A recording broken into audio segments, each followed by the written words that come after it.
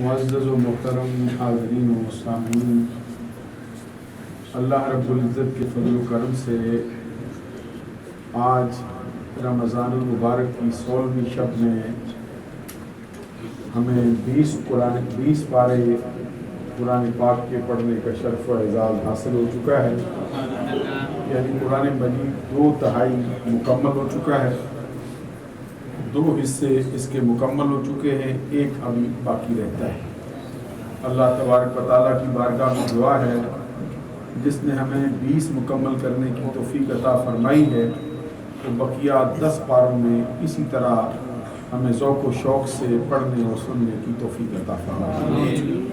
آج یہ جو منزل ہمارے ہاں پڑھی گئی ہے وہ 3 صورتوں پر مشتمل ہے۔ اس میں سب سے پہلے سورہ نمل تلاوت کی گئی ہے۔ یہ سورہ مبارکہ بھی اپنے نزول کے اعتبار سے مکی ہے، اور آپ کو معلوم ہے کہ نمل چیونٹی کو کہا جاتا ہے۔ قرآن مجید میں 3 صورتیں ایسی ہیں جن کا نام جانوروں کے نام پر رکھا گیا ہے، 4 صورتیں ایسی ہیں جن کا نام جانوروں کے نام پر رکھا گیا ہے۔ ان میں سے پہلی سورہ مبارکہ سورۃ البقرہ، یہ گائے کے نام سے منسوب ہے۔ اس کے بعد پھر 14ویں پارے میں سورت ہے سورۃ النحل، یہ شہد کی مکھی کے نام پر منسوب ہے۔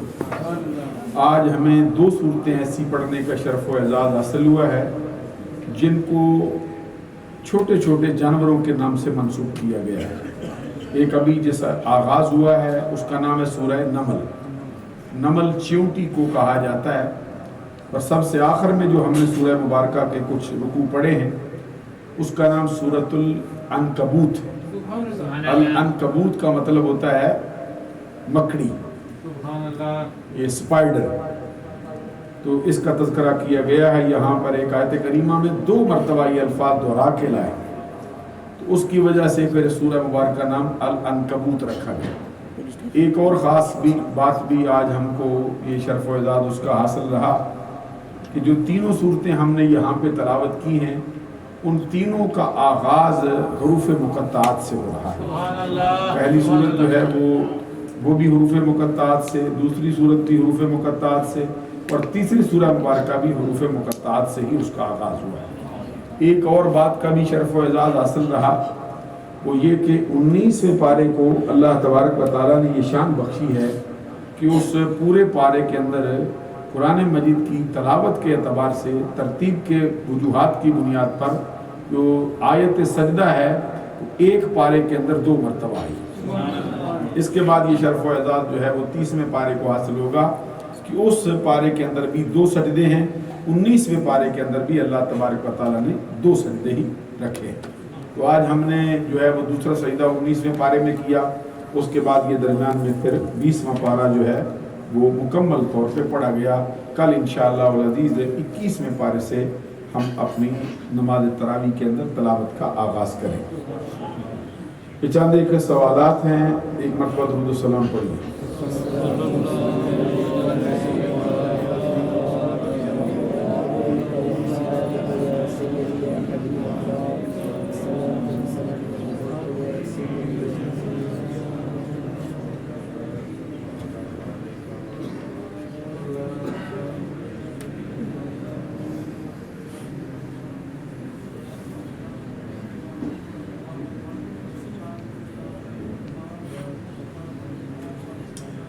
ماشاءاللہ ہمارے ساتھی نے پہلے کی طرح بہت ہی اچھے سوالات فرمائے ہیں۔ پہلا سوال ان کا یہ ہے کہ اہل سنت کا عقیدہ ہے کہ ان الانبیاء کلهم معصومون عن الخطاء عن الصغیرۃ والکبیرۃ من قبل النبوۃ و بعد النبوۃ، کہ اللہ تبارک و تعالیٰ کے سارے نبی گناہوں سے پاک ہیں، چھوٹے گناہوں سے بھی پاک ہیں، بڑے گناہوں سے بھی پاک ہیں، نبوت کے اعلان سے پہلے بھی پاک ہیں اور نبوت کے اعلان کے بعد بھی پاک ہیں۔ پر اسی وجہ سے اہل سنت کا یہ عقیدہ ہے کہ اللہ تبارک و تعالیٰ کی تمام مخلوق میں صرف 2 مخلوقات ایسی ہیں جو معصوم عن الخطا ہے، یعنی جن کو خطا سے معصوم رکھا گیا ہے،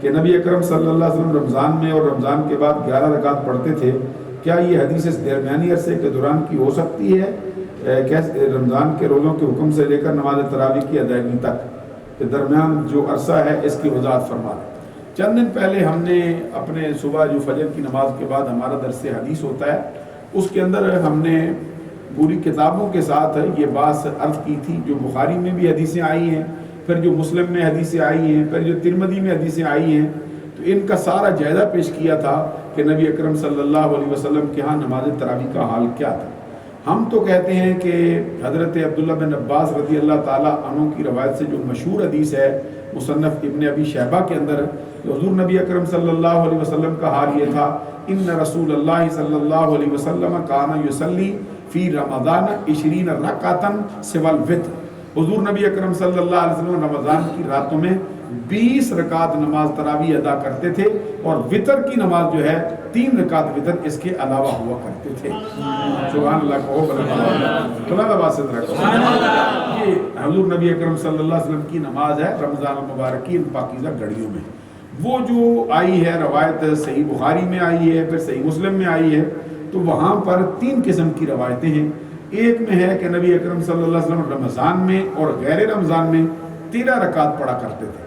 ایک میں ہے کہ نبی اکرم صلی اللہ علیہ وسلم رمضان اور غیر رمضان کے اندر 11 رکعت پڑھا کرتے تھے۔ ایک یہ ہے کہ رمضان اور غیر رمضان میں نبی اکرم صلی اللہ علیہ وسلم 9 رکعت پڑھا کرتے تھے۔ ایک میں یہ ہے کہ نبی اکرم صلی اللہ علیہ وسلم رمضان اور غیر رمضان میں 7 رکعت پڑھا کرتے تھے۔ اب آپ اندازہ لگائیں گے حدیثوں کے اندر کس قدر اختلاف آیا ہے، رمضان ہو یا غیر رمضان ہو، تو نبی اکرم صلی اللہ علیہ وسلم وطر شامل کر کے کبھی 13 رکعت، کبھی 11 رکعت، کبھی 9 رکعت، کبھی 7 رکعت، یہ سرکار کا معمول تھا۔ رمضان میں بھی، رمضان کے علاوہ بقیہ 11 مہینوں میں معلوم ہوا کہ یہ نماز نبی اکرم صلی اللہ علیہ وسلم کی رمضان کے لیے خاص نہیں تھی، یعنی یہ تراویح کی نماز نہیں تھی، بلکہ یہ تہجد کی نماز تھی جو آقا کونین صلی اللہ علیہ وسلم پورا سال ادا کیا کرتے تھے۔ کبھی اس کے لیے 6 رکعت پڑھتے، کبھی اور اس کے اوپر 3 رکعت وطر کو بڑھاتے، کبھی سرکار اس کے اندر جو ہے 4 رکعت پڑھتے 3 رکعت وطر کو بڑھا دیتے، کبھی 9 رکعت 8 رکعت پڑھتے 3 رکعت وطر کو بڑھا دیتے۔ یہ نبی اکرم صلی اللہ علیہ وسلم کا معمول رہا ہے۔ تو رہ گئی یہ بات کہ نبی اکرم صلی اللہ علیہ وسلم نے رمضان کے اندر جو نماز پڑھی ہے تراویح جس کو کہا جاتا ہے وہ 20 رکعت ہے، اور نبی اکرم صلی اللہ علیہ وسلم نے اپنی زندگی کے آخری ایام میں یہ 3 دن تک اس کو پڑھا ہے۔ چوتھے دن صحابہ کرام جمع ہوئے ہیں، لیکن نبی اکرم صلی اللہ علیہ وسلم اپنے گھر سے باہر تشریف نہیں لائے۔ صحابہ کرام کی آوازیں بلند ہوتی رہی ہیں، نبی اکرم صلی اللہ علیہ وسلم فجر کے وقت پھر تشریف لائے ہیں مسجد میں نماز پڑھانے کے لیے، تو صحابہ کرام سے سرکار نے فرمایا میں تمہاری آوازیں سنتا رہا ہوں، جس طرح تم بولتے تھے تمہارے ہاں ذوق و شوق کی کیفیت کو بھی ملاحظہ کرتا رہا ہوں، لیکن میں جان بوجھ کر باہر نہیں آیا۔ آقا کیوں باہر نہیں آئے؟ نبی اکرم صلی اللہ علیہ وسلم نے فرمایا کہ یہ نماز اس قدر پسندیدہ ہے اور تمہارے ہاں اس کا ذوق و شوق اس قدر انتہا کو پہنچا ہوا ہے کہ میں ڈرتا ہوں اللہ تبارک و تعالیٰ اس نماز کو ہمارے شوق، ہمارے ذوق، ہماری چاہت کی بنیاد پر، اور جس طرح ہماری لگن اس کے ساتھ لگی ہوئی ہے اس کی بنیاد پر اللہ تبارک و تعالیٰ میری امت پر اس کو فرض نہ کر دے، اور بعد میں شاید پھر میری امت اس کو ادا نہ کر سکے۔ تو یہ حکمت کے تحت اس کے بعد نبی اکرم صلی اللہ علیہ وسلم کے وصال تک کوئی نمازوں کا سلسلہ اس طرح با جماعت جاری نہیں رہا ہے۔ پھر صدیق اکبر رضی اللہ تعالیٰ عنہ کے پورے دور کے اندر نماز تراویح با جماعت مسجدوں میں ادا نہیں کی گئی ہے۔ فاروق اعظم رضی اللہ تعالیٰ عنہ کے دور کے پہلے کچھ سالوں کے اندر نماز تراویح اس طرح ادا نہیں کی گئی۔ پھر حضرت فاروق اعظم رضی اللہ تعالیٰ عنہ کے دور حکومت میں اور دور خلافت میں صحابہ کرام رضوان اللہ تعالیٰ علیہم اجمعین کے مشورے سے اور ان کے اجماع سے بعض وجوہات کی بنیاد پر پھر 20 رکعت نماز تراویح جو ہے فاروق اعظم رضی اللہ تعالیٰ عنہ نے نبی اکرم صلی اللہ علیہ وسلم کے اس طریقے کو دیکھ کر پھر امت محمدیہ کے لیے اس کو جاری فرمایا۔ اس وقت سے لے کر آج تک 1400 سال بیت چکے ہیں، اہل حق کے ہاں اور اہل اسلام کے ہاں، صحیح نظریہ رکھنے والوں کے ہاں، اس وقت سے لے کر آج تک 20 رکعت نماز تراویح ادا کی جا رہی ہے۔ حضرت عثمان غنی کے دور میں بھی 20 رکعت پڑھی جاتی تھی، حضور مولا علی شیر خدا رضی اللہ تعالیٰ عنہ کے دور میں بھی 20 رکعت نماز تراویح ادا کی جاتی تھی، اور اس کے بعد بھی یہی اس کا معمول رہا ہے۔ اور کوئی سوال ہو شاید فرمائیں۔ تو جیسے آج کی تراویح میں والدین کا احسان کرنے کا ذکر آیا، قرآن پاک میں کتنی دفعہ ایسی؟ ماشاءاللہ دیکھیے اب معلوم ہوا کہ نماز تراویح میں بھی جو قرآن پڑھا جاتا ہے سننے والوں کو یہ نہیں کہ کان سے خالی گزر جاتا ہے، پتہ چلتا رہتا ہے بھائی کیا پڑھا گیا ہے. سبحان اللہ. اب اگر وہ کہے بھائی سمجھ نہیں آ رہی، ہم کو پتہ نہیں چل رہا، تو یہ ان کا کہنا بس ہوگا کہ ایک بندہ حافظ قرآن بھی نہ ہو پھر بھی اس کو سمجھ آ رہی ہو کہ آج والدین کے ساتھ احسان کا تذکرہ آیا. اب یہ صحیح طریقے سے تو مجھے عدد اس کا جو ہے وہ ذہن میں محفوظ نہیں کہ کتنے مقامات پر والدین کے لیے یہ تذکرہ آیا، لیکن متعدد مقامات پر اس کے تذکرے آئے ہیں اور بڑی وضاحت کے ساتھ ہے. سورہ لقمان کے اندر بھی موجود ہے، ابھی جو آپ نے سورہ مبارکہ میں سنا اس کے اندر بھی موجود ہے، سورہ بقرہ کے اندر بھی موجود ہے، سورہ بنی اسرائیل کے اندر بھی موجود ہے. بہت سی صورتوں کے اندر اللہ تبارک و تعالیٰ نے جہاں پر بھی والدین کا تذکرہ کیا ہے وہاں پہ وبالوالدین احسان آئی. والدین کے ساتھ عدل کی اجازت نہیں ہے، والدین کے ساتھ ہمیشہ اپنا حق چھوڑ کر سلوک کرو گے، یعنی ان کے ساتھ احسان کرو گے. دو سوال. پہلا کہ یہ سننے میں آیا کہ بسم اللہ الرحمن الرحیم قرآن پاک کی باقاعدہ آیت نہیں ہے، لیکن آج ہم نے تراویح میں آیت پڑھی انہ من سلیمان وانہ بسم اللہ الرحمن الرحیم. اس کی تھوڑی وضاحت فرما دیں. سوال یہ کیا گیا ہے کہ ہم سنتے رہتے ہیں کہ بسم اللہ الرحمن الرحیم قرآن مجید کی باقاعدہ آیت نہیں ہے، تو کہتے ہیں آج ہم نے پڑھا ہے انہ من سلیمان وانہ بسم اللہ الرحمن الرحیم، تو اس کی تطبیق کیسے ہوگی کہ بھئی آیت بھی نہیں ہے قرآن میں بھی آ گیا. اس کا مطلب یہ ہے کہ پوری آیت نہیں ہے بلکہ آیت کا حصہ ہے. یہ مراد آج جو پڑھا گیا نا، آیت یہاں سے شروع ہوئی انہ من سلیمان و انہ بسم اللہ الرحمن الرحیم، تو پوری آیت کا یہ بسم اللہ الرحمن الرحیم یہ ہے اس کا حصہ ہے، تقریباً آدھی آیت کے قریب ہے. یہ اس کے اندر تطبیق ہے. وگرنہ یہ ہے کہ ہر صورت کے ساتھ نبی اکرم صلی اللہ علیہ وسلم کی ذات اقدس پر جبرائیل امین بسم اللہ الرحمن الرحیم پڑھا کرتے تھے. اور حنفیوں کے ہاں یہ ہے کہ بسم اللہ الرحمن الرحیم جو ہے یہ قرآن مجید کی آیت نہیں ہے بلکہ اس کا حصہ ہے. یہ جو صورتوں کے آغاز میں پڑھی جاتی ہے یہ سنت مبارکہ ہے جس کو ہم یہاں پڑھتے ہیں. امام مالک کے ہاں یہ قرآن مجید کی آیت کا حصہ ہی مانی جاتا ہے. اور کوئی سوال؟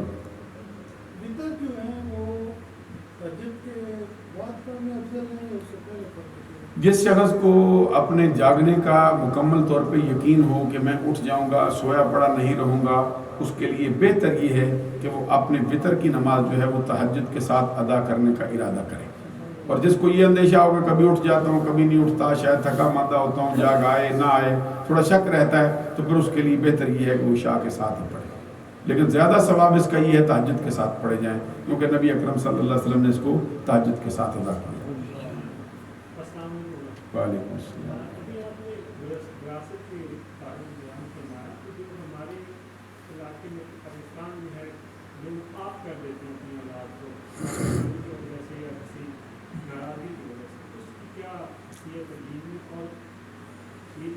اگر کوئی باپ اپنے بچوں کا اپنی حیات میں حصہ تقسیم کرنا چاہے اور وہ کسی کو کچھ زیادہ دینا چاہے اس کے بارے میں کیا؟